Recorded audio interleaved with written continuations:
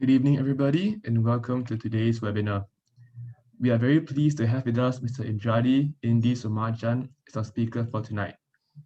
Mr. Indradi is a passionate social entrepreneur with a strong background in sustainable trade, agriculture, engineering, sports, and arts, and is also well connected in the ASEAN and New Zealand business worlds. He receives education in the USA and understands the strong business growth potential in the ASEAN region. He's one of 7 Indonesians who have been awarded the New Zealand ASEAN 40th Anniversary Awards in 2015 for his work in New Zealand's strong bond with ASEAN, notably through the ASEAN Young Business Leaders Initiatives. He also runs Soma Coffee in Tanjung Pagar, which has a farm-to-cup concept from his plantation in West Java. In the arts and culture scene, he is a treasurer in the Yasin Bina Ballet Indonesia, which has world-class affiliations. He currently resides in Singapore with his wife and 2 children. There will be a Q&A session at the end, so do hold your queries till then. Without further ado, I'll pass the time now to Mr. Indradi. Mr. Indradi, please. Hello, good evening, everyone. My name is Indi Soemardjan, and I would like to thank the team at SUSS for having me, and thank you, moderator, for hosting the session. To break the ice, this is probably one of my favorite quotes. I don't know who said it, but I hope this is a spirit that we have tonight. Questions that you cannot answer are better than answers that you cannot question. So tonight I will speak for about 30 minutes and then Q&A for about another 30 minutes. I also wish to learn to ask better questions myself and to have a better understanding about the topic with everyone here. So do you know about the Sustainable Development Goals? This is the first question we have to ask ourselves, right? Of course, the Sustainable Development Goals or global goals are a collection of 17 interlinked global goals designed to be a blueprint to achieve a better and more sustainable future for all.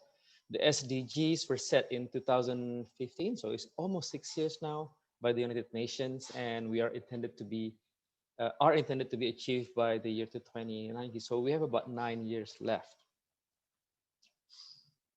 Here's a list of 17 different goals that are being tracked by each participating country under the UN. So 5 years since the adoption of the SDG, the 2020 report notes that progress has been made in some areas such as improving maternal health and child health, expanding access to electricity, and increasing women's representation in government.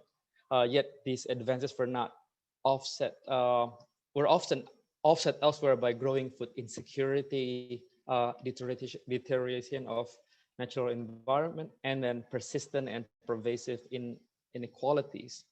Now, in only a short period of time in 2020, the COVID pandemic has unleashed a non-precedented crisis, causing further disruption in the progress of SDG, with the world's poorest and most vulnerable affected the most. Let's talk about the major setbacks. One of them is an estimated number of about 71 million people are expected to be pushed back into extreme poverty by this year. So this is the first rise in global poverty since 1998, or what, 23 years ago. Lost incomes, limited social protection, and rising prices of commodities mean even those who were previously secure could find themselves at risk or poverty or hunger. And how about Singapore and SDG? Singapore government also keeps track of this involvement in SDG, which you can see from singstat.gov, Department of the Statistics of Singapore.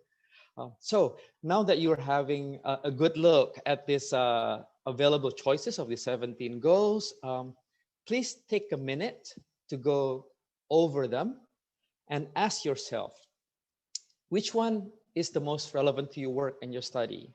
And if you were to collaborate on SDG in the short or the long term, which 3 goals are the most relevant to you based on your study and work? And we have a poll running prepared by SUSS team. Please.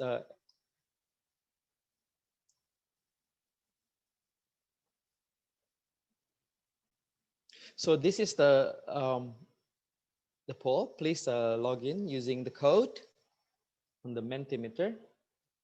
So we have the 17. So we'll take a minute for you to quickly enter your top 3 SDGs.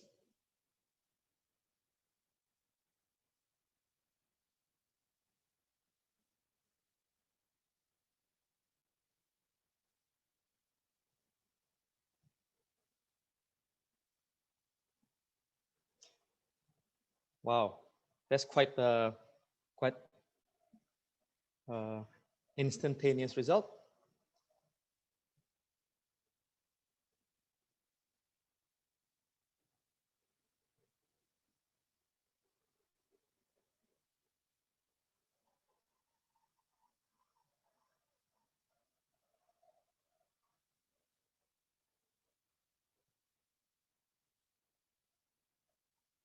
And I see everyone is participating very well. And we will share this later during the discussion session with Ashwin. Amazing enthusiasm here, we see. Ashwin, please let me know if it's already 1 minute.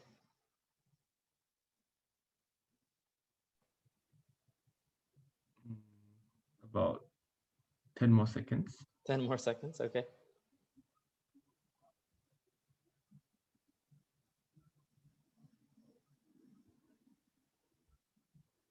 And 1 minute. Okay, thank you. Thank you everybody for entering your choices. Can I get back to my screen now? Thank you.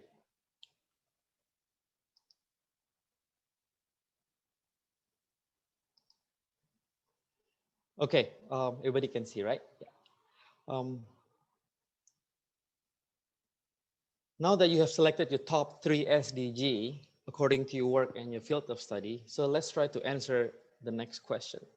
What is the most important sustainable development goal out of those 17? I believe, this is my perception, I believe goal number 17 is the most important of all. Why is partnership for the goals the most important?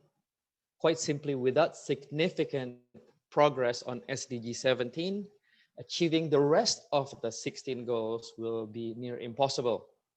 The fact that some of the world's richest countries are essentially failing SDG is especially troubling because of the structure of the goal itself. If steps are not made to coordinate, collaborate, and convene within and between countries to work together toward the SDG, the likelihood of achieving them becomes slimmer year after year. So why now, and what's the crisis? The current pandemic is more or less a foretaste. It's like the appetizer for the current climate condition. More and more scientists and environmentalists are getting a better understanding about why and how the deadly disease has evolved to be so frightening to humans. And we are already in the end of January 2021. So what should we do? We have 11 months left to do major things within our capacity. And that is the reason why we have to think about the Sustainable Development Goals together. You selected the 3 SDGs according to your work. And now, what can you do as a student or as a young professional? You may think, I'm just a student, what can I do, right? I'm alone, I don't think I can do much, not to worry. For those who live in Singapore, which is the most connected place probably in Southeast Asia, you have the whole world at your fingertips, right? Your ideas and concepts for SDG will be heard by many if you do it right. Let me share with you 5 ways to make it happen. So you can share, number 1 is you can share stories about the impact of engagement for yourself, your company, and the community with your peers on campus. It's infectious. Nothing inspires a team more than knowing that others around them are making contribution and impact.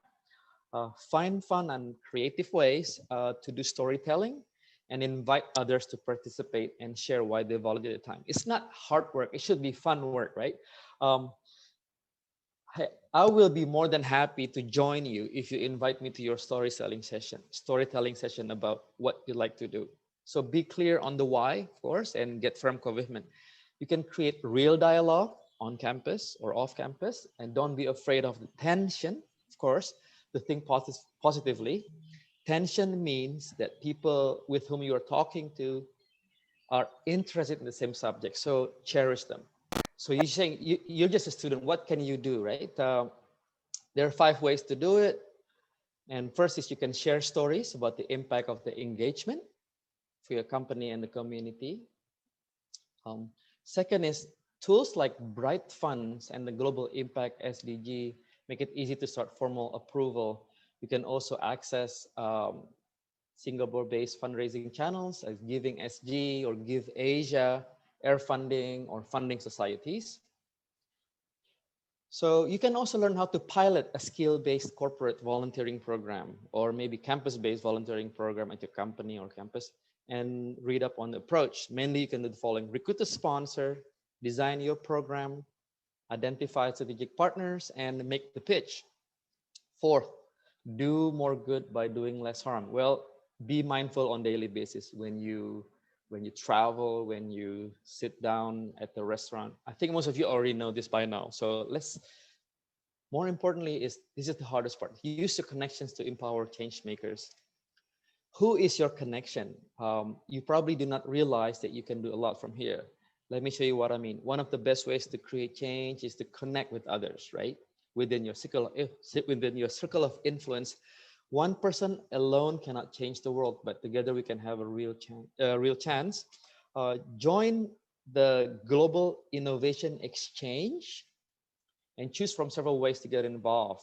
You can help an entrepreneur. You can test their innovation and find funding or share your resources. Or join the Sustainable Development Solutions Network, unsdsn.org. And also, you can also talk to your SUSS professors. Some of them may have done social impact projects on their own. Now that I mentioned the basic 5 steps, just as an overview, I'd like to show you this. We have what's on the left side, the circle of concern and circle of control on the right. Sometimes we are too busy focusing on the one on the left, wasting 1 hour per day or 2 hours per day. The numbers add up. So how about directing your time and energy for issues that are within our control? So expand that circle of control that you have. So I think all of you are attending this SUSS webinar because you're already focusing on circle of control, right? So that's good. Finally, the main topic of the evening is collaboration for the world. Whoever said it was easy. What are the things that we have to consider when we want to collaborate on SDG mission? Well, nothing is easy, but it gets easier once you know what to do. Let's look at the critical steps in creating collaborations for sustainable development. This is a collaboration cycle chart. This is a model of partnering process divided into 4 main stages and 12 subsidiary phases. This is not a model of any one partnership, nor is it prescriptive. Collaborations may not look like this, and they don't have to look like this. But what this provides is a shorthand method of identifying the main stages that a typical cross-sector collaboration will move through. Cross-sector means if you're in agriculture, you can work with technology company or maybe financial company. So that kind of cross-sector borders is what I mean. First phase, what's important is scoping and identifying the potential partners. When looking to develop partnership or collaboration around a specific issue, it is essential to understand the landscape of existing initiatives. So if you want to intervene a value chain, you look at the players. If you want to look at the another playground of different industry, you look at that landscape and the stakeholders who are involved relevant to the issue. So second phase is the actual building and planning. There are 2 typical partnership development process from a point where potential partners have been identified through defining and signing a collaboration agreement. So this is it, the collaboration journey. This starts with building an understanding of any overlap. Yeah, I'm sure there's so many different opportunities to or chances where the things overlap that exist when we see alignment of interest among partners or collaborators, which allow them to build an overarching vision or the big picture change that the partnership wants to contribute to. Negotiating a partnership is not a classical zero-sum negotiation in which you are trying to get the most for your organization. It's not about attempting to secure the biggest slice of pie, but instead it's a far more co-creative, co-creation process, trying to maximize value for your own organization as well as for the others, to collectively grow the pie, to generate the greatest value. So it involves two journeys. The journey collectively takes as the partners develop, negotiate, and plan, and the journey each individual partner must take to get into the point it can confidently enter a partnership. So to be realistic, you can see this is a bit of up and down arrows here. Sometimes this process may take 6 months to a year if you're forming a collaboration with large organizations at the international stage. Definitely much shorter if you work within smaller ones, but please do consider such a duration of time. And I think I have spoken enough about concepts and theories, and I would like to go over my experience in collaborating toward SDGs over the last 6 years or so. As a sustainable coffee producer from Indonesia and social entrepreneur, here are my top SDGs. Number 8, number 12, and 17. I'm sure some of you probably have chosen 8, 12, and 17 as well. We can discuss later. But why 8? Because dealing with commodities such as coffee, we focus on stability of commodity prices and will ensure the farm workers are well developed in terms of their skill sets, as well as increasing investment in the plantation as well as in the downstream. Downstream meaning the roasting and the retail markets. 12 is educating the downstream sector, which means educating the baristas, educating the consumers, the drinkers, to appreciate the critical aspect of the plantation, what we do, such as the good agriculture practice, sustainability standards at the plantation matters a lot. So, for example, Brazil's story has inspired us Indonesians to do better. 17 is engaging the global coffee platform and international coffee organization and international donors to support. So these are the 3 things that I've been focusing on for the last 5 to 6 years. Just Indonesia is the 4th largest coffee producing country in the world. Brazil number 1, Vietnam number 2, and Colombia number 3. This is a map of Indonesia in terms of coffee origins. The width, if you can probably imagine, is just like the distance from San Francisco to New York. So it's 5,200 kilometers with 2 million coffee smallholders out of a total of 40 million farmers. So we need to think a way of how do we improve the productivity and also the livelihood of 2 million smallholders. The main challenge is to make sure that we can produce more coffee in a sustainable way. When I say sustainable, is economic, social, environment. That means we have to make sure that when we produce more coffee, we don't destroy the forest. We do shade-grown coffee. We grow coffee in between existing forests. We don't pollute the rivers, and that we develop better skill sets for the farmers and every other working person in the value chain. If you think about 2 million coffee smallholders in Indonesia, this is half of Singapore population. So we have to train them better ways. Of course, we haven't really reached 2,000, but so far we have reached in the tens of thousands. Yeah. Since 2015, I have been involved with the formation of the Sustainable Coffee Platform of Indonesia, in which I'm serving as treasurer as a nonprofit organization. And my job is literally the bean counter, counting money that we receive from donation and grants. We have collaborations with the USAID, US government, Ford Foundation, various governments such as the Netherlands, Germany, Australia, and New Zealand. We also collaborate with other producing countries in Latin America and Africa. So the photo on the top left is when I had the opportunity to share our Scopy success with the Global Coffee Platform in Switzerland. And the photo on the top right is our what's called the master trainers or extension workers. These are people who focus on 15 provinces that are growing coffee in Indonesia. Just a quick visit to Indonesia, where coffee consumption per capita has doubled within the last 10 years, from tea drinker to coffee. So from street vendors on bicycles to hipster style cafe that is full of young and energetic people. We have a very complex culture dynamics. In one cafe, you have one style of barista and you have one another. You see the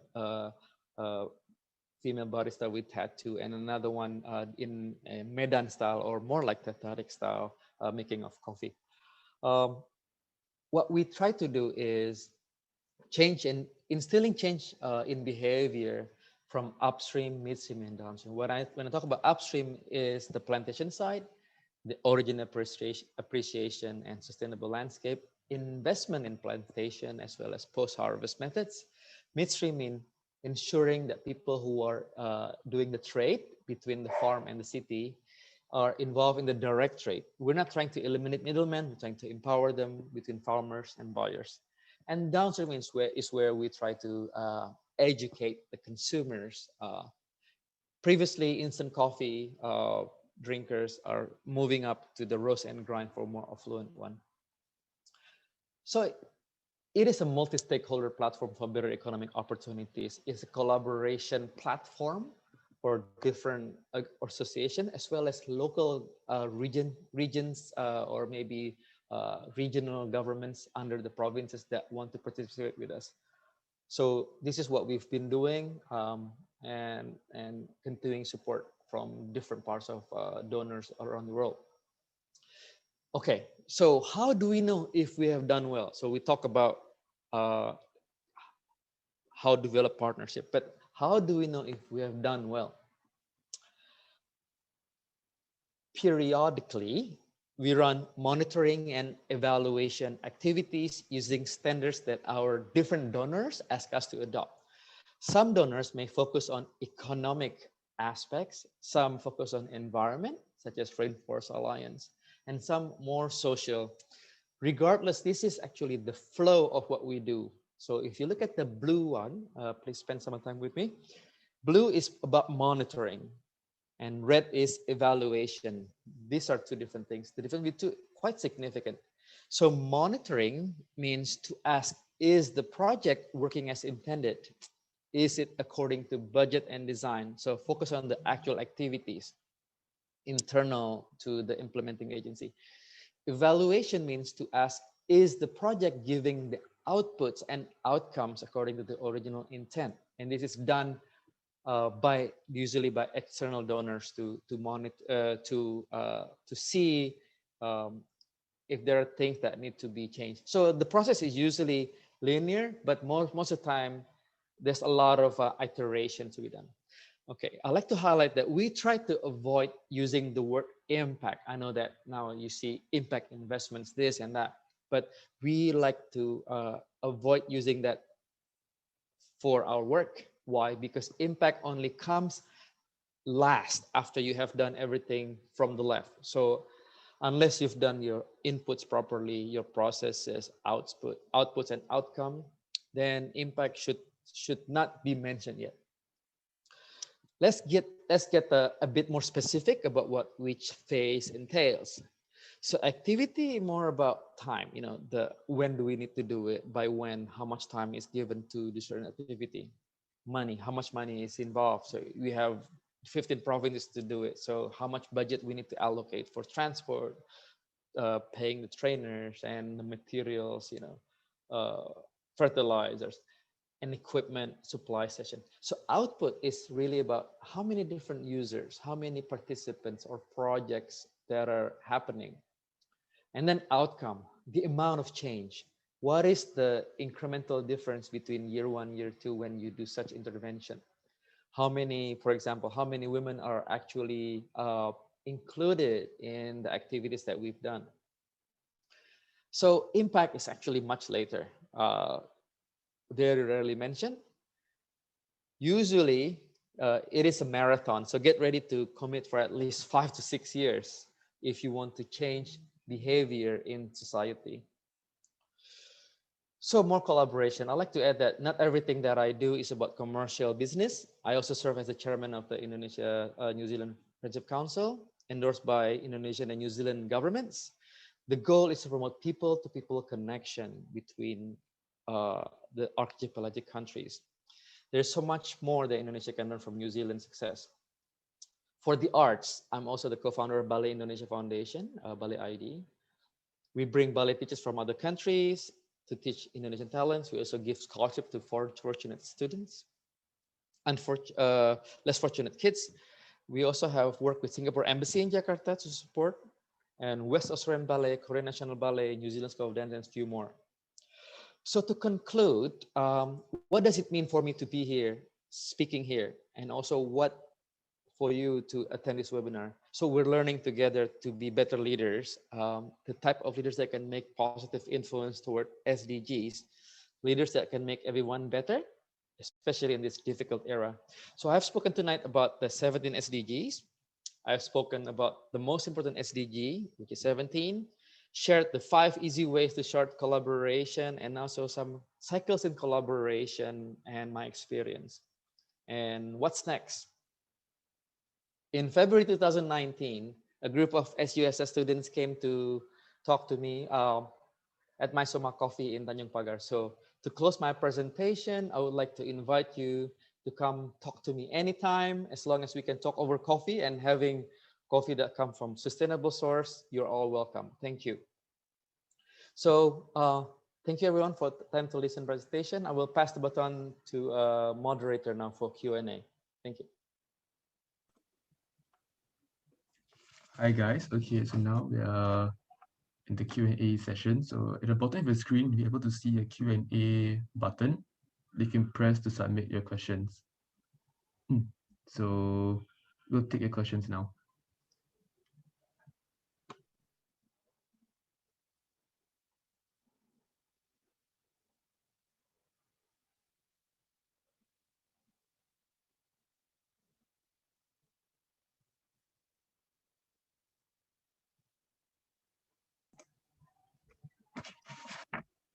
Okay, so Indi, we got one question here.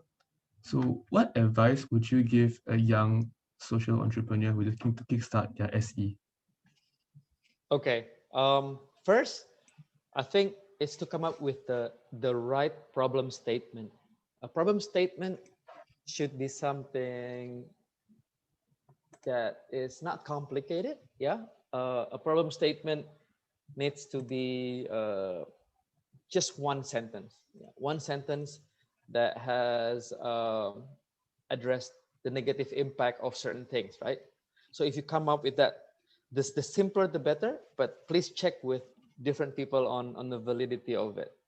So first, if you have a problem statement, that's a big step. A lot of people probably forget that that is actually the core. That should be the foundation of the problem statement. For example, what we do is, how do we make sure Indonesia can produce more coffee in a sustainable way, right? So that's simple. There are many ways, in different aspects, but that should be it. Yeah. All right. Next question is, if you could go back in time to when you first began, what is one thing that you would do differently? Oh, okay. Because we're talking about, the ambition was pretty big. I mean, Indonesia is a big country of 265 million people now. So perhaps I like to scale down, first 2 years should focus on just probably one mountain, for example, one region, not one village, but at least one mountain with,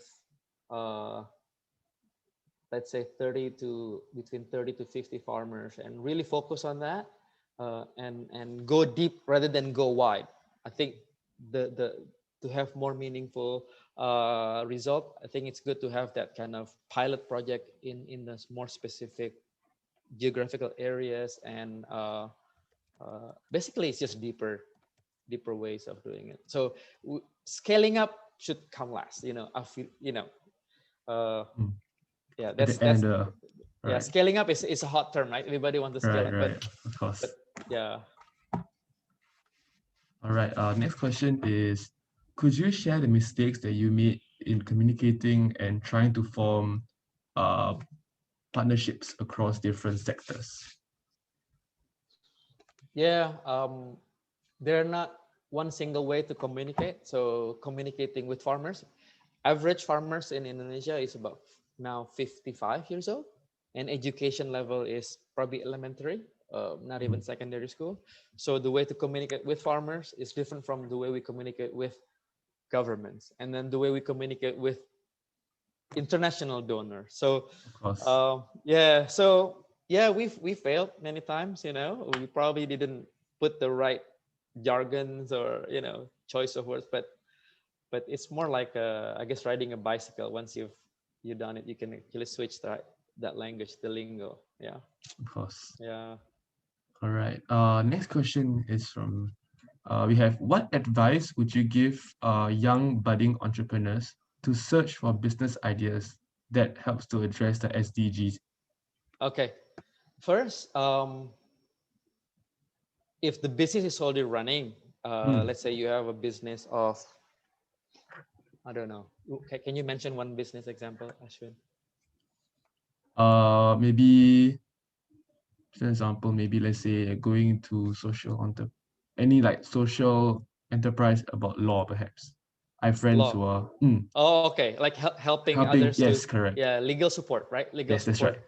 Yeah. So I guess with legal support, I'm not a lawyer, but legal support, we know that usually people are afraid to approach lawyers because expensive. Course. Yeah, Yes. cost. Second is it's complicated. It's expensive and complicated and all that. And so we need to look at what are the things that make people not want to get that service. Usually a lot of social entrepreneurs have very good app or system, but they fail on designing the way to reach out, right? So Mm. they don't know how to basically the potential beneficiaries first usually do not know that such thing exists. So if you look at, I guess, the process flow, if you look at you try to simplify the process flow into the simplest form possible and test it. And it's not usually about technology. Technology is probably off the shelf, but it's really how you communicate certain ideas to make sure that the potential beneficiaries know that such enterprise exists, right? That is through, we call it socialization programs. Social media may be good, but definitely usually it's one-on-one and all that, because sometimes legal stuff, for example, like you say, is personal and all that. So, but my first answer, my answer to the first question would be understand the process flow. Yeah. Second question. Okay, next question is, what's next for you after coffee and belly? After well, I wonder who What's the next step after? Because I'm also taking ballet class as an adult, and there's one of SUSS student who is in my class, so it's probably from him. It's Coffee ballet, I don't know, maybe. Coffee ballet, I guess for me now is sustainable agriculture, more a wider scope, yeah, than just coffee. So there's, if somebody is interested, there's a bigger term called sustainable landscape. So coffee, yes, is important, but there are many other things, because coffee alone cannot survive without other agroforestry. For example, we try to train the farmers to grow peanuts, peanuts in between the coffee between season, because it releases nitrogen. So they don't have to buy enough, they don't have to buy expensive fertilizer, for example. Or maybe they grow vanilla, a higher value commodities in between. but the idea is don't destroy the forest and all. So that's part of agroforestry. But if you look at it in 1,000 hectare or 10,000 hectares, so that's the type of activity that I like to expand my reach on. Of course. Sir? Okay, next question is, how did you overcome the challenges of getting buy-in and educating stakeholders whose priority was more about profit making and sustainability? Yeah. Okay. This is hard, right? Of course, big companies usually they have CSR as an agenda. Big companies like global companies, like for example Nestle, they also support our organization, but they also shift from CSR to CSV, which is corporate shared value. So a lot of younger generation companies have already understood that, right? I guess your generation, Ashwin, they're more in tune about this need, right? And they're growing in this, they're maturing in this era. So challenges are there. I guess it is about engaging them over coffee, of course, and explaining them, really taking them. I've brought some friends from Singapore, a lot of different nationalities to the plantation so that they have a better appreciation of how difficult it is to actually grow coffee. You have to walk 3 kilometers uphill and all that, and then carrying 20 kilo of harvest. So the more appreciation on the ground will be better. I don't try to overcome challenges by forcing them, but if they can see the good things that we do, protecting the forest and all that, I think slowly. I mean, this is, like I said, it's a marathon, but it's important to work on, the sector as upstream, midstream, and downstream. Right. Work on those, I don't like to say influencers, but the right group of people within those sectors. Yeah, leaders. I guess the local leaders, the or key people in the key sector. people. Yeah. So work in the value chain, not just in one segment. Right. All right. If we could go back to the previous question I asked you about mistakes you made in communicating across sectors. Yeah. Okay, if you could go back to that, right? Could you provide specific cases of examples of mistakes you made, maybe wrong jargon, and how do you build those bonds well? Yeah. Because across people with different incomes and different backgrounds. Yeah. The word sustainability is really a very modern urban word. Yeah. Most people in developing countries are just trying to survive, right? Sustainability means, for example, if you teach them, don't use chemicals and all that. Okay, what do I use to protect my harvest from insects? So the right word is not just about saying don't do this, don't do that, but really about, if you do this, it's gonna harm the river, the pollution, and all that. And then so basically using positive words, giving them choices. Basically, okay, I like to highlight the word empower is about giving them options, right? It's not about making them dependent on us. So correct. Yeah. So using the words that give them better options, basically. Okay. Yeah. Do you have any stories you can share from your businesses and organizations about this? Any stories you have personal stories you can share with us? By the way, there's another question coming. Yes, but okay, you want to address that first? Okay. Okay, so yeah. Are you looking at the context? One question. Okay. So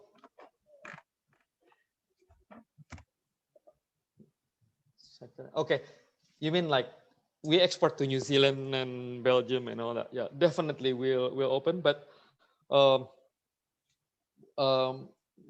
the idea of selling sustainable coffee is still, even in Singapore, it is probably a very small market, right?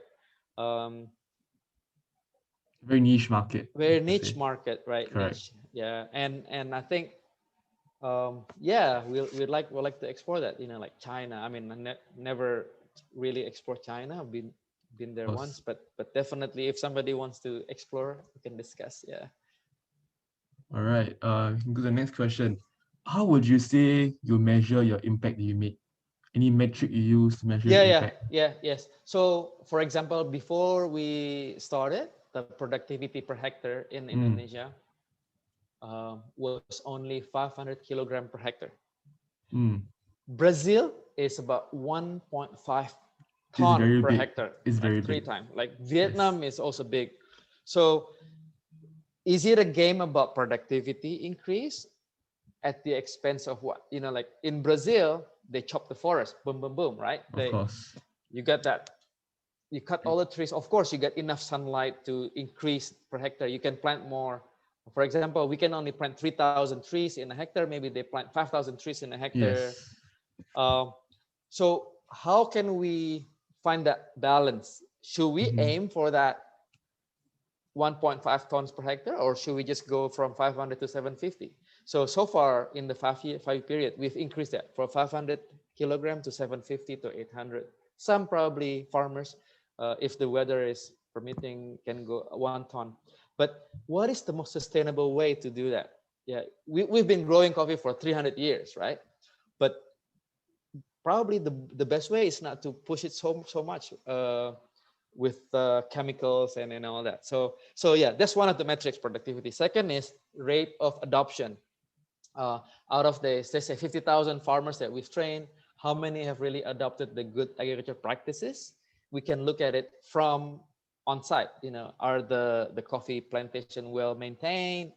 Do they use for example, compost more than before? So there's a lot of different metrics, including the economic aspects, such as um, do their kids go to school? Can they afford education? Can they afford healthcare, or can they buy water pumps for irrigation? That kind of stuff. So there'll be number of parameters. It could be 200 different parameters if you do it, but sometimes we pick and choose based on different locations. Like in Sumatra is different, Bali is different, and Java, uh, yeah. So these are the typical metrics that are governed by the global coffee platform. So the same measurement should be used in Vietnam. The same measurement should be used in Colombia or Kenya or Ethiopia. But more or less, we have about 100 different questions that are the same. Correct. Yeah. Mhm. Yeah. All So that's right. part of the monitoring and evaluating monitoring session part that I showed. Of course. Going to the next question. How do you ensure that farmers receive sustainable or growing incomes? Okay, right. Um, at the moment, a lot of coffee, not just coffee, right? Almost almost every agriculture growing areas in Southeast Asia, uh, there is a lack of information given to them, so they don't really know what is the market price. Mhm. And oftentimes, the middleman will take advantage of them not knowing it, right? So by having traceability system, by having them uh, have a visibility about where they're, for like example, Ashwin, let's say you grow coconuts, right? Right. You deserve to know where your coconut is going to, Of course, the so that you entire have a path. bargaining And power. So increasing the yes. bargaining power by giving information about, hey, you grow such good coconuts, and your coconuts go into Kara, the Where it goes coconut and milk, yeah, in correct. Singapore. You should be proud of it. Right. So that kind of information is important. But unfortunately, most of the farmers do not have this information. Yeah. They're kept in the dark, right? So how do we ensure it? That's what the best way is, to give them information about where the product is going. The chain, where did it go? Yeah, and that way they can have a bargaining power. Of course. Yeah, Yes. yeah. All right. Next question. I'm sure you know about the ongoing trend about AI, big data, Yeah. tech, right? So how do you see this technology making an impact in social entrepreneurship? Okay. Like I said earlier, technology is readily available and more or less off the shelf. Of course, Uh, yes. so I think it's important. We've talked about this with different groups that are working in. So I'm also helping one agri-tech company in Singapore to develop partnership to enter Indonesia. basically on sustainable agriculture using weather information system and all that. So the hardest thing is, it's not to develop the app or the analytics or the AI, is to make sure the farmers are using the system on daily basis. Yeah. Yeah. So yes, probably one app has been downloaded by 30,000 farmers in one area, but how many actually are using it as part of, you know, The meaningful way. well, they use WhatsApp. You know, farmers use WhatsApp and Facebook, right? So Yes. how do we Yes. make sure that they use it like that? You know, like, oh, what's the weather gonna be for the next 2 days, or what is my soil condition? You know, Is it so effectively? Is it? yeah, yeah. So the hardest part is to increase that rate of adoption. Mm-hmm. And so far, because the nature of the smallholder farmers that have only 2 hectares as compared to the American farmer, you know, one Of guy course. with big tractor with 100 hectares. So in Southeast Asia, we have about close to, let me see, yeah, about 40 million smallholders, yeah, in Southeast Asia or more, that have small lots, but they don't have that. Plus, um, it's not just about using that technology, but also that social circle needs to be Mm. enforced. Yeah, because usually it's among families, neighbors, and all that work together. So Right. using those as a, yeah, I think that answers the question. So what you're saying is that if the farmers use this new technology efficiently and effectively, they can compete with the bigger players market. Is that right? Yes, yes, yeah. So the spectrum for that opportunity is amazing, but it's still the biggest question is how do we increase the rate of adoption? Uh, yeah. Do you have any ideas on how anything Oh, okay. how we can? At the moment, a lot of different aid organizations like USAID or AUSAID Mm-hmm. are using it to tap into different public-private partnerships. So Mm-hmm. basically, for example, Australian funding comes to, let's say, Flores, which is an island next to Bali, Right. focusing on cashew production, right? And So cashews. Mm. yeah, so when they distribute agri inputs, meaning seedlings or maybe organic fertilizer, Mm-hmm.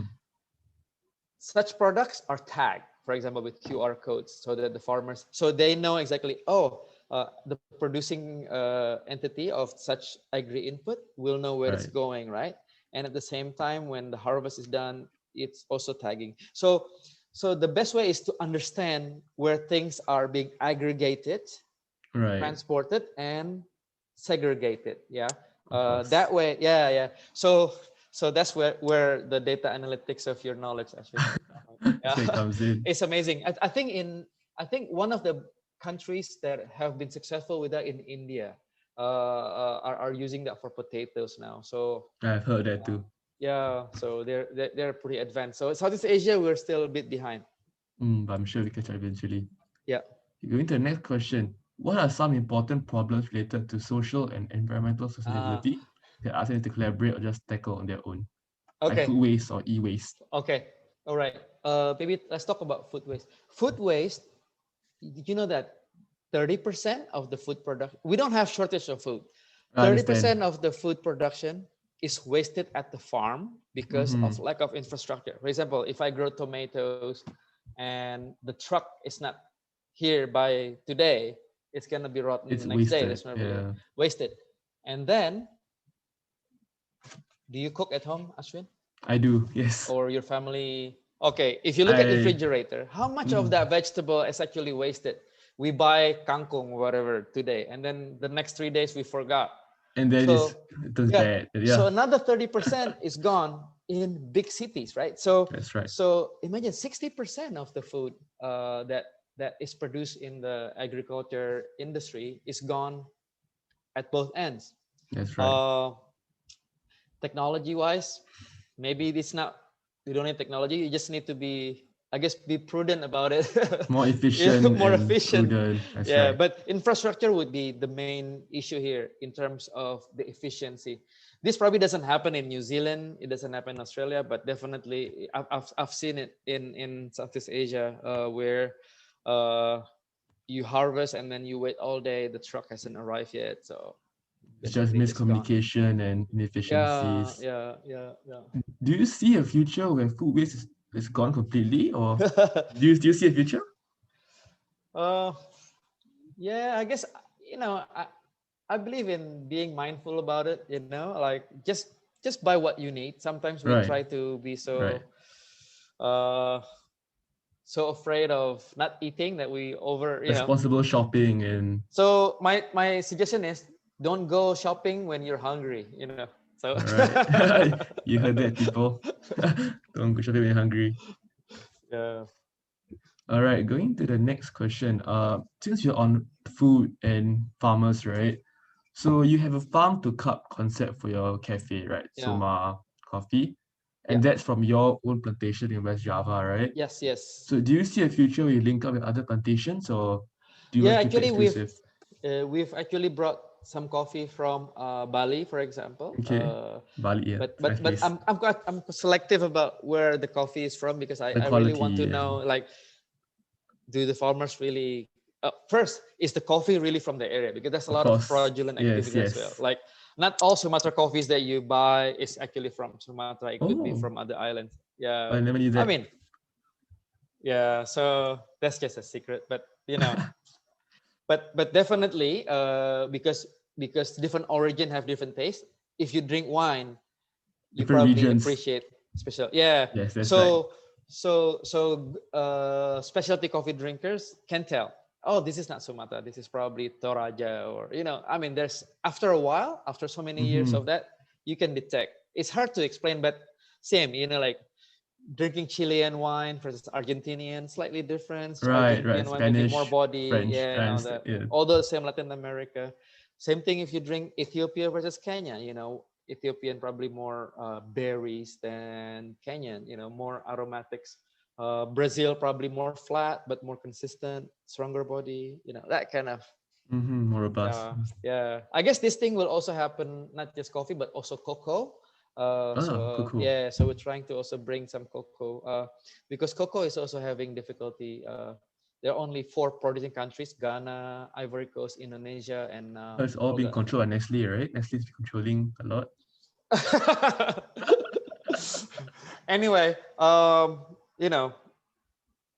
mean, if we don't work on coffee and cocoa, these 2 products will disappear in Mm, the next 10 years, right? of So course. more research needs to be done, and uh, there are good things also. I don't want to say good, but positive things about climate change. Now Mm-hmm. you can grow coffee in Santa Barbara, California. So the Tropic of Cancer and Capricorn kind of expanded to the north and south. So it kind of expands a bit. So the hot areas, but I Uh-huh. don't know what it does to the whole world. But believe it or not, now they're also growing coffee in China because of the warmer climate. The world's changing very fast. Yeah, and now in parts of Russia, they're usually very cold and not possible to grow agriculture. Now they're doing agriculture. So we don't know, right? I mean, this How climate the change world will is, change. yeah. So we just have to be mindful about opportunities and all that. So All right. So since you're on the topic of like food, right? So another question about food. What is one idea for businesses they can give to tackle food waste? business Business idea idea. tech. Tackle food Okay, waste. okay. Don't eat buffet. Singaporeans love buffets. If you look at the hotels, right? Half of it will be gone. So That's right. That's right. and just take what you need, basically. Of Yeah. course. uh, Basically, eat what you can, not what eat you what want you to. can. Yeah. Yeah. And how can ASEAN collaborate? Is that the next Then the question? next one is how can ASEAN collaborate on improving Okay. educational outcomes in Good. countries Yeah, for yeah. literacy? So, Okay. Let's talk about ASEAN. I'm talking about socio-political. We have to be very thankful that we live in Southeast Asia, the most peaceful region in the world for the last 30 years, believe it or not. yes, Of course, there are conflicts in Myanmar, inside Myanmar, and Indonesia, but within at the least, country. at least these 10 countries, we don't kill each other, right? I mean, that's the beauty of it. So ASEAN was designed so that everybody, all the 10 members now, agree not to have conflict, basically to have communication. It was founded on a golf course, by the way. If you look at the ASEAN, the concept of ASEAN was, it was a friendly thing. It will never be like EU in terms of economic Strength, union and all that economic because strength. of disparity. Of But course. definitely in terms of educational improving outcomes, I agree with that. I think Indonesia, we focus too much on the last 20 years, focusing on university education, while we actually need to improve our vocational education. Skill sets, hard skills, you know. Yeah. So I just got a statistics today from our Ministry of Education in Indonesia. There's in the last 1 year, a quarter of university graduates could not find jobs, but the ITE and poly students in Indonesia all get jobs, right? There's an That's increase right. so because why? Because we're a developing country. We need people, we need welders, we need plumbers, people who actually do the work. We don't need more thinkers, like conceptual thinkers. What we need is quality work. I think Singapore ITE is a good example of such Example. example. And also, if you look at Switzerland on Germany, they don't promote under university education first. And yes, They learning skill promote, sets, yeah, learning. craftsmanship.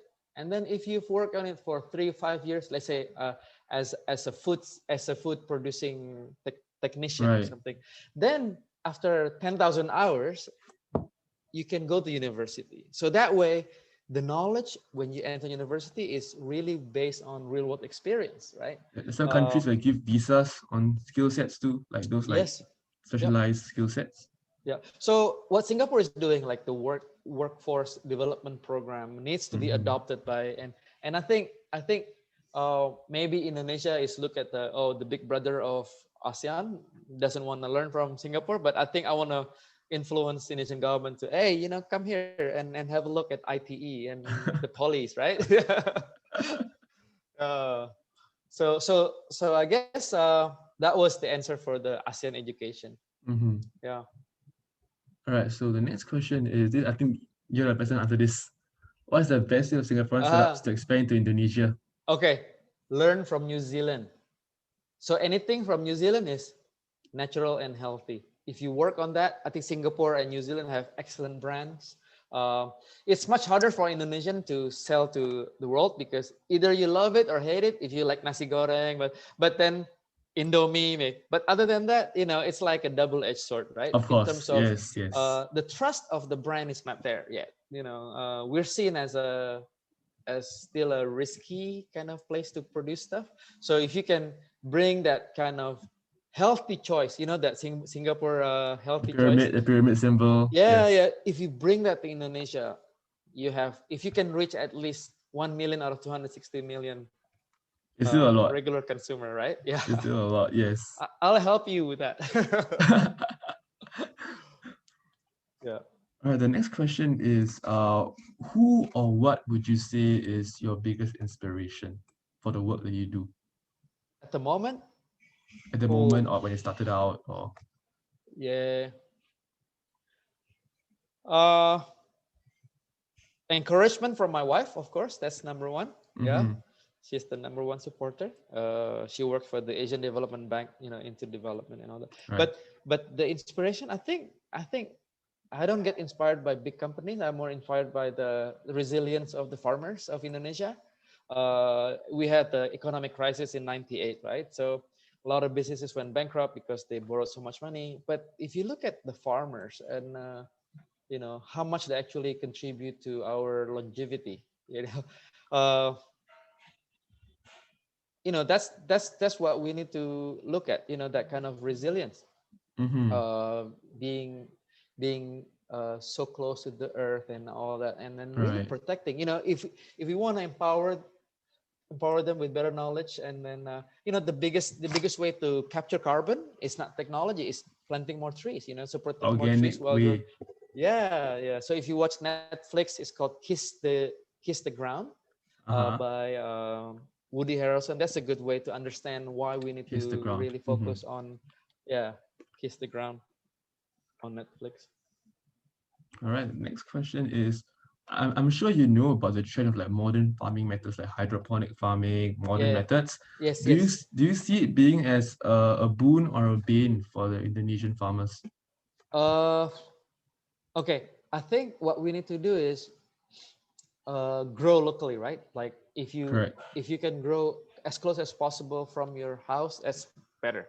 You don't have to buy Mm-hmm. rocket salad from Australia. You know, it's like, Yes. yeah. I mean, it doesn't sound right. You know, if you can grow here or Indonesia, what we think is a lot of, although Indonesia is a big space, we have a lot of what's called degraded landscape, a lot of Degraded forest, landscape. yeah, degraded landscape that needs to be replenished. You know, the soil needs to be rejuvenated and then plant more. Mm, okay, okay. We take it for granted, but in Singapore, I think it's a great opportunity. I mean, look at every rooftop of HDB block should have a community farming A and hydroponic. I've seen before. Yeah, it's very interesting. yeah, yeah. I'm not into the indoor hydroponic where you use the UV light because that takes a lot of energy. But if you have True. a good, but you get so much sunlight in Singapore, right? I think if you, Yeah, it's yeah, hot all around, hot all all year. around, yeah, Yes. yeah, yeah, yeah. So I think Singapore will set an example for other cities, Right. and I see that happening confidently. But on the other hand, do you see it as like gonna steal jobs from the farmers? Like take away a No, job, take away their position in the society? no, no, no. That's Mm. what we need to focus on is the logistic. For Indonesia, we don't have problem with the food production. It's more like if we can tackle the income inequality first. Mm-hmm. Yeah, definitely. I'm not worried about the taking away jobs and all that. Yeah, It's more of it. Okay, can yeah. understand.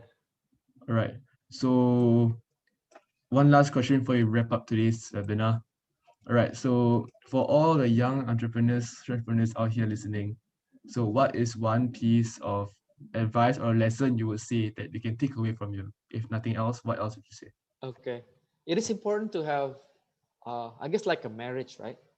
Mm-hmm. Uh, to be able to find good partners that want to go with you on the long run with complementing skill sets. That's one key because this will be somebody that will support you during ups and downs, right? uh, have their organizational aspect strong first before you kind of develop collaborations with other parties, and they Mm. will see, you know, if you have a strong team, a lot of people will come to you and want to collaborate with you. So build a team up first, then expand. That what you trying to say? Yeah, yeah. I mean, it could be a small team of three people, somebody Mm-hmm. who handles the money, somebody who handles the marketing and production. You know, three people. Like You don't have delegate to have, responsibilities and yeah, skill sets, right? So right, so right, right. basically, it's just three things at least. Mm-hmm. Yeah, it's just like it's really like a marriage, right? Of course, of course. Yeah, yeah, or friendship. A good team is the key. It's a good foundation to go forward. The bonds Yes, and everything. yes. And I think Right. you have a lot of people that you can relate to in one university of SUSS, right? With Of different skill course. sets. Yeah. Different people, different skills. Everyone's unique at the end of the day. Yes. Yes. All right. So No more questions. no more questions. Well, anyway, come have coffee and give me some problem statement. You know, We I love love to to. hear. All right. Well, thank you for your time today. It was great hearing from you. You're welcome. Thank you for the opportunity. Thanks to SUSS for organizing this. Okay. Thank you. Oh, Have a by the great. way, can we see the poll? The final Oh, poll? Or of course. yeah, sorry, before we forgot.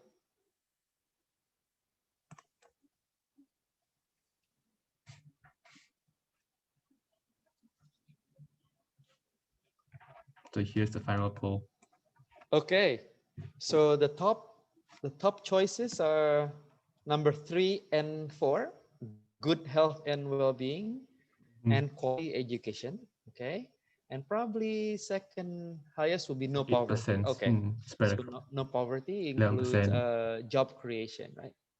Correct. Okay, job creation will be number 8, sustainable cities and all that. So yeah, interesting. Mm-hmm. Nobody chose life below water. or life on land, I guess those are more like, if you relate to World Wildlife Fund, they would That's choose right. number 14 and 15. And industry, innovation, and culture, they should be yours, Ashwin. Innovation. But my industry, well, no one picked it, Yeah. unfortunately. And I'm glad that 8% chose 17. So that's good. Excellent. So we can use this as a benchmark for further discussion, right, Ashwin? Of course, of course. Yeah. Yeah. Thank you for sharing. All right. Hope everyone had a meaningful time today. It was great hearing from you, Mr. Indi. Yeah. Thank you. All right.